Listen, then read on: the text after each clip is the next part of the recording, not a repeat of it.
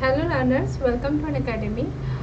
আজকে আমরা খুব গুরুত্বপূর্ণ একটি বিষয় আলোচনা করব, মাউন্টব্যাটেন প্ল্যান, যেটা অবশ্যই তোমাদের যে কোনো ধরনের এক্সামের জন্য ইম্পর্টেন্ট হবে। যে কোনো ধরনের এক্সাম, বিশেষ করে আমাদের WBCS ইন্টারভিউ, WBCS প্রিলিমস মেন্সের জন্য তো আমাদের যেহেতু আমাদের ইন্ডিপেন্ডেন্সের সাথে যেহেতু রিলেটেড, সেই জন্য এটা খুব ইম্পর্টেন্ট একটা অ্যাক্ট। আমরা খুব ভালো করে বুঝবো, পড়বো। কারোর যদি কোনো সমস্যা হয় ক্লাস নিয়ে, আমাকে অবশ্যই কমেন্ট সেকশনে সেটা জানাবে। তো বেশি দেরি করবো না, তার আগে আমরা আনএকাডেমি সম্পর্কে বা আনএকাডেমি ক্লাসেস নিয়ে আমরা একটু আলোচনা করে নেব।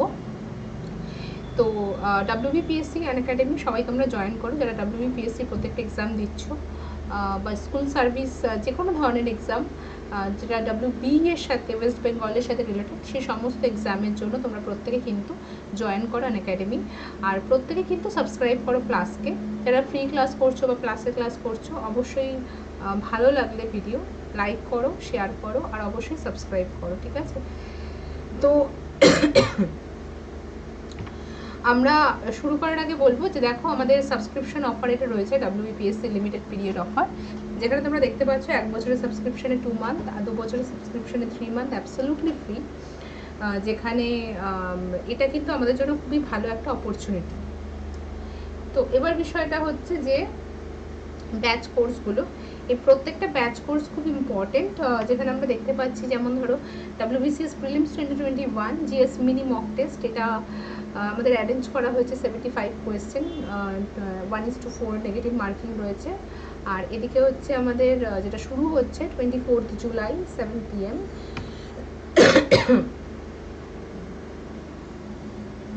এখানে আমরা দেখতে পাচ্ছি, দেখো, WBP 2021 scholarship mock test 25 July 2021 12টার সময়।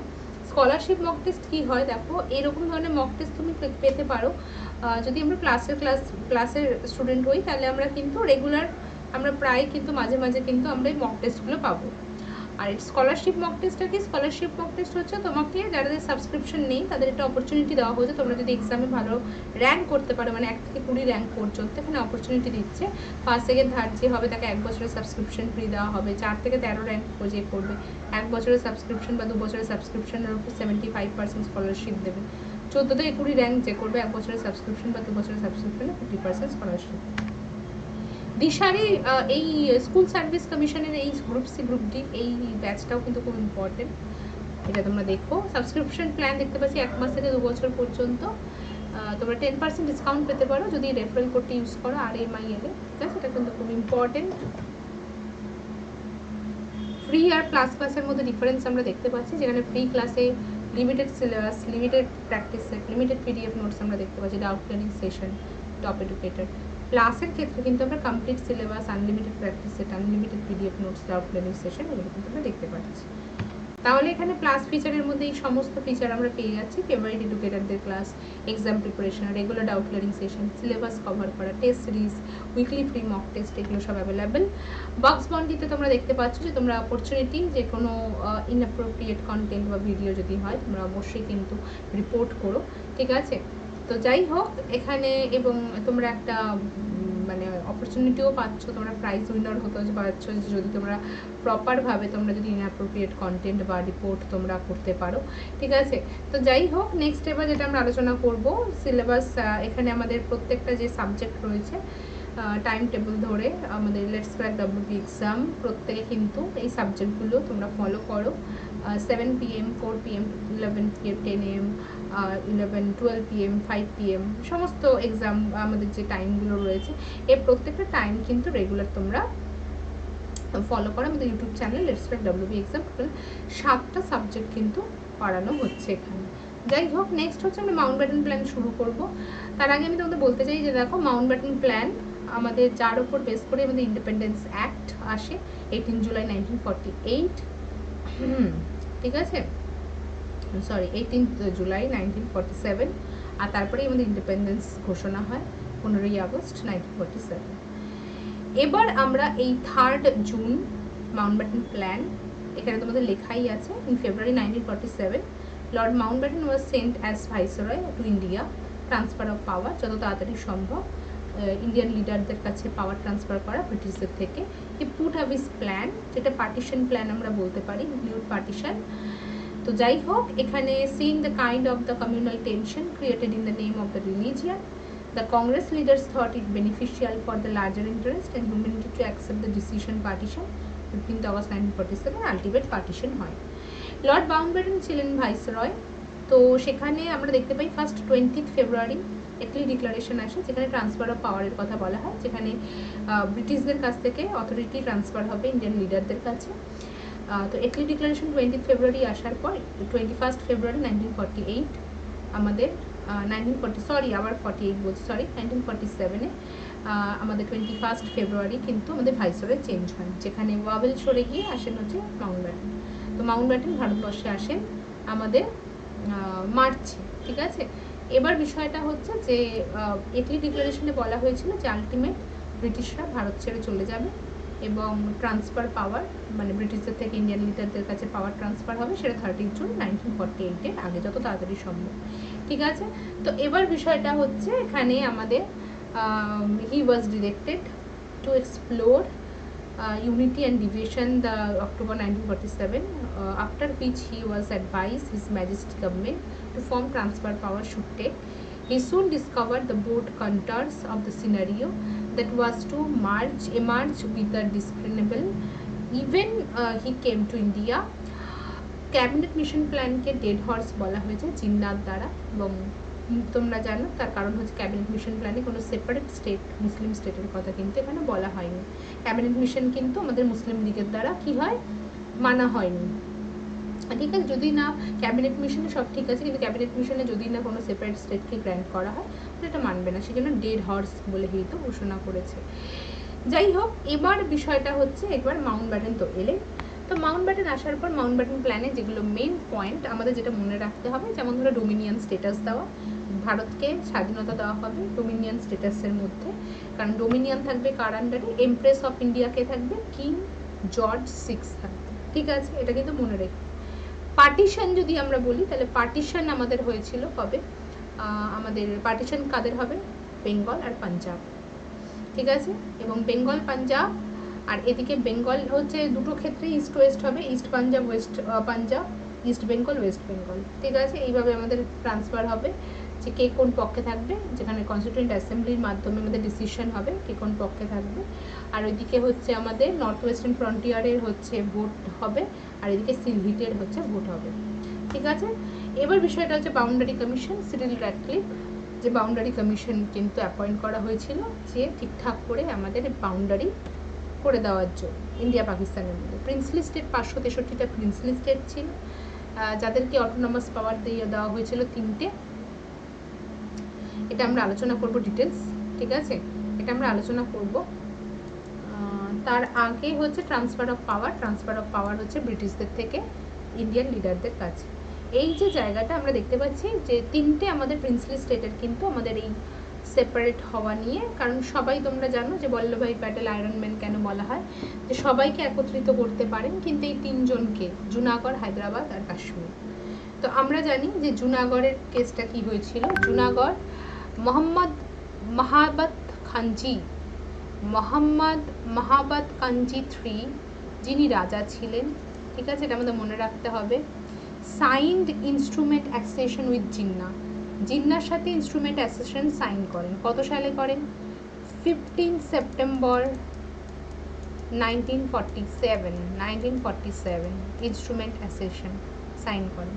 তারপরে কি হয়, তারপরে তোমরা জানো যে ওখানে যারা, এখানে রাজা হচ্ছে মুসলিম জুনাগড়ে, কিন্তু প্রজা হচ্ছে মেজরিটি হচ্ছে হিন্দু,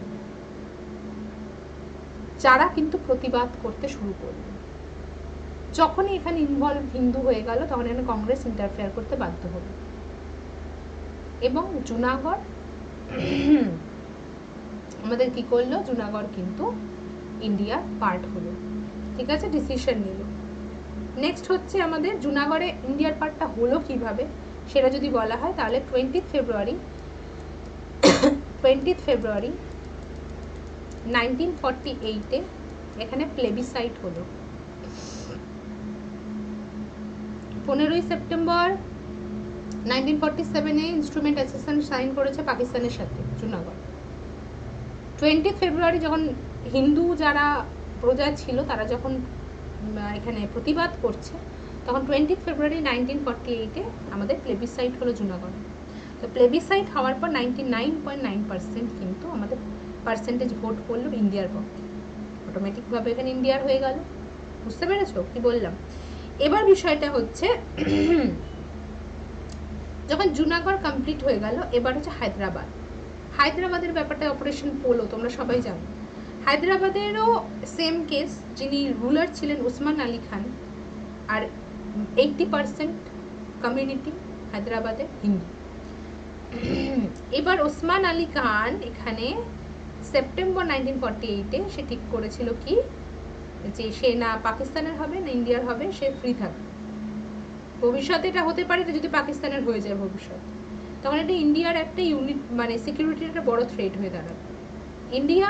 এবং তোমরা জানো যে মাউন্টব্যাটেন প্ল্যানে এটা কিন্তু বলাও হয়েছিল, এটা নিয়ে অপোজও করেছিল কংগ্রেস।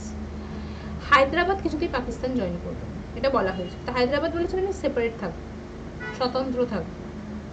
তারপর স্বতন্ত্র হয়ে কিন্তু পরবর্তীকালে পাকিস্তানের হয়ে যেতে পারত, তখন কিন্তু ইন্ডিয়ান একটা সিকিউরিটির ইস্যু হতো। হায়দ্রাবাদকে আর্মি দিয়ে কি করা হলো, অপারেশন করা হলো, মানে আমাদের ইনভেড করা হলো হায়দ্রাবাদকে। তো হায়দ্রাবাদের এই অপারেশনকে আমরা কি বলি, অপারেশন পোলো বলি। ঠিক একইভাবে Jammu and Kashmir Hari Singh instrument association sign করলো 26 অক্টোবর 1947। কারণ হরি সিং যখন স্বতন্ত্র ছিল, ভালো করে বোঝো, স্বতন্ত্র ছিল 15 যখন অগস্টে, তারপরে বিভিন্ন রকম মুসলিমদের পাকিস্তান থেকে এখানে, কারণ তোমরা জানো এখানে হিন্দু রাজা কিন্তু প্রজা মেজরিটি হচ্ছে মুসলিম, তো এখান থেকে পাকিস্তান থেকে আসা যাওয়া শুরু হয় এবং একটা বিভিন্ন রকম বিদ্রোহ, তারপর রায়ট, এরকম একটা পরিস্থিতি কিন্তু শুরু হয়। তখন মহারাজা হরি সিং কিন্তু ভারতবর্ষের হেল্প চাইলো, ইনস্ট্রুমেন্ট অ্যাসোসিয়েশন সাইন করলো এবং আমাদের জম্মু অ্যান্ড কাশ্মীর ভারতের অংশ হলো। এবং ভারতীয় সেনারা কিন্তু পাকিস্তানকে কিন্তু এই জম্মু অ্যান্ড কাশ্মীরকে কিন্তু যে পাকিস্তানের যে একটা অনুপ্রবেশ ঘটছিল সেটাকে বন্ধ করলো, কিন্তু পাক অকুপাই কাশ্মীরকে তো নিয়ে নিল পাকিস্তান। বুঝতে পেরেছো? তাহলে এই জায়গাটা, এবং আমাদের শেষ পর্যন্ত আমাদের যেটা এটা 563 প্রিন্সলি স্টেটের মধ্যে 3টে প্রিন্সলি স্টেটের যে স্টোরি ছিল এটা আমাদের হলো। আর শেষ পর্যন্ত আমরা দেখতে পারলাম যে মাউন্টব্যাটেন প্ল্যানে এটাও বলা হলো যে কোনোভাবে কিন্তু এমপ্রেস অফ ইন্ডিয়া এই টাইটেলটি ইউজ করতে পারবে না কিং, মানে ইংল্যান্ডের রাজা। তো ঠিক আছে, তো আমাদের ইংল্যান্ডের রাজা তখন এইটাকে, এই এমপ্রেস অফ ইন্ডিয়া এটাকে সরালো 22শে June 1948, 22nd June 1948। Main terms of the cabinet mission plan were rejection Pakistan, grouping existence provincial assembly in the 3 group A, group B, group C আমরা সবাই জানি। ফুল অটোনমি টু, মানে প্রত্যেকটা প্রভিন্সকে 3টে গ্রুপে ভাগ করলো, যেখানে বেঙ্গল আসাম গ্রুপ সি তে ছিল। A common center with major control powers। তো এখানে আমাদের আনসার কি হলো? all of the above হবে correct answer। cabinet mission খুব important। find the correct option। 30th June 1948 was fixed date transfer of power। Mountbatten was to replace Wavell as viceroy। The League launched a civil disobedience to overthrow the coalition government in Punjab। এখানে আমাদের answer তাহলে কি হয়ে গেল? Correct option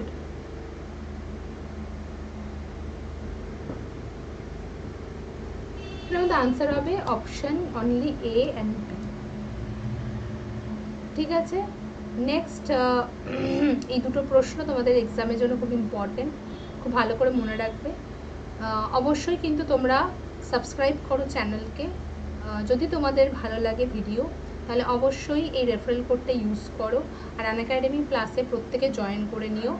আর video ভালো লাগলে like করো, share করো, সাবস্ক্রাইব করো, আর অবশ্যই কিন্তু রেফারেল কোড ইউজ করে আনএকাডেমি প্লাসে প্রত্যেকে জয়েন করো, কারণ রেফারেল কোড ইউজের জন্য 10% ডিসকাউন্ট পেয়ে যাচ্ছ।